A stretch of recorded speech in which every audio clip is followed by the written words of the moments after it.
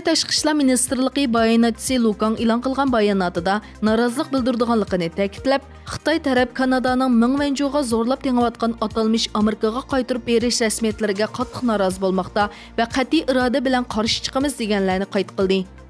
Lu Kang Amerika bilan Kanadaning o'zaro jinoyatchi almashtirish kelishimini suiiste'mol qilganligini ilgari surib, mazkur ikki davlatning Xitoy fuqarosiga xohlagancha majburiy tadbirlarni ishga solganligini, shundaqla qonunliq huquqiy va manfaatlarini og'ir darajada oyoq osti qilganligini ta'kidladi.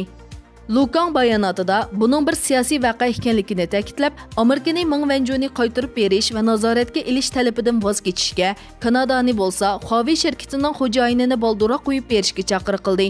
Kanada Federatsiya Adliya Ministrligi tarafidan e'lon qilingan bayonotda Amerikaning Eronga yurgizgan embargolarga buzg'unchilik qilish va soxtapazlik qilish bilan ayblab, Ming Wenjuni Kanadada nazoratga olgan, ondan 10 million Kanada dollari kapolat puli to'lash badliga qo'yib berganligi navbatda Amerikaga qaytarib berish rasmiyatlarining boshlanganligi e'lon qilingan edi.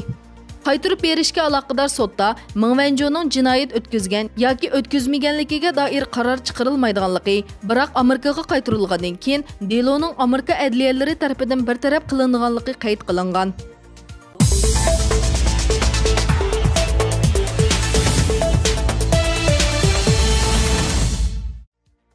Bugun, ya'ni 2 martda Mahmud Qashqari tarbiyalash jamiyati a'zolari Turkiya Qizlay insoniy yordam jamiyati bilan Turkiya Beshir insoniy yordam jamiyatidan iborat ikki cho'ng tashkilot birlashib uyushtirgan xolisona qon taqdim qilish faoliyatiga taklif bilan qatnashib, ularning bu faoliyatiga yaqinda yordamda bo'ldi.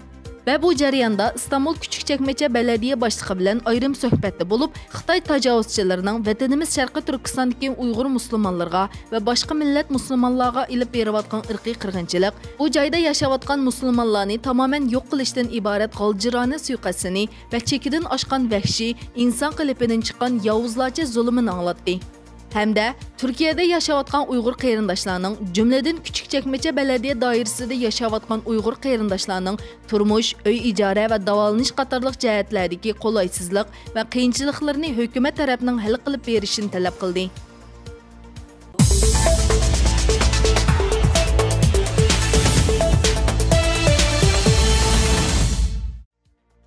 Yaqında Xitayning Jilin өлkəsi Changchun şəhərinin sabiq partikom sekretari Wang Junjiangning Sharqi Turkistonga yo'tkab kelinishdagi sababi oydinlashgan. Onun 2 hafta avval tuyuqsiz avtonom rayon partikomining doimiy a'zoligiga yo'tkab kelinishi har xil gumonlarni qo'zg'agan edi. Ba'zilar uning Uyg'ur avtonom rayonlik partikom sekretari Cheng Chuangoning o'rniga o'ltirishi mumkinligini faraz qilgan edi. Lekin Hong Kongdagi Janubiy Xitoy atiganlik pochtasi GESning 27 fevral xabarida Wang Junjiang Uyg'ur avtonom rayonlik siyosiy qonun komitetining sekretari Zhu Hailunning vazifasini o'tkazib olgan. 25 fevral siyosiy qonun komitetining umumiy yig'iniga riyosatchilik qilgan. Zhu Hailun bu yil 1-oyda Uyg'ur avtonom rayonlik xalq qurultayining muavin mudirligiga yo'tkilib, uning o'rni bo'sh qolgan edi. Zhu Hailun 3 milyondan ortiq Uyg'ur, Qozoq va boshqa musulmon xalqlarning yig'ilish lagerlariga qamalishi va izdereksiz g'oyib bo'lishida asosli javobgarlarning biri deb qaralib, Amerika hukumatining jazolashi talab qilinayotgan shaxs. Amerika Davlat Majlisining a'zolari o'tgan yili Prezident Trumpga xat yozib, uningga embargo qo'yishni talab qilgan edi. Janubiy atiganlik pochtasi GESning xabarida Wang Junjiangning vazifasi Sharqi Turkistonda partiyaning mutlaq rahbarligiga kafolatlik qilish ekan. O 25 fevral o'tkazilgan yig'inda partiyaning siyosiy qonun sepidagi mutlaq rahbarligiga kafolatlik qilish, partiya markaziy komitetining Sharqi Turkistonni boshqarish strategiyasini qat'iy ijro qilishni ta'kidlagan.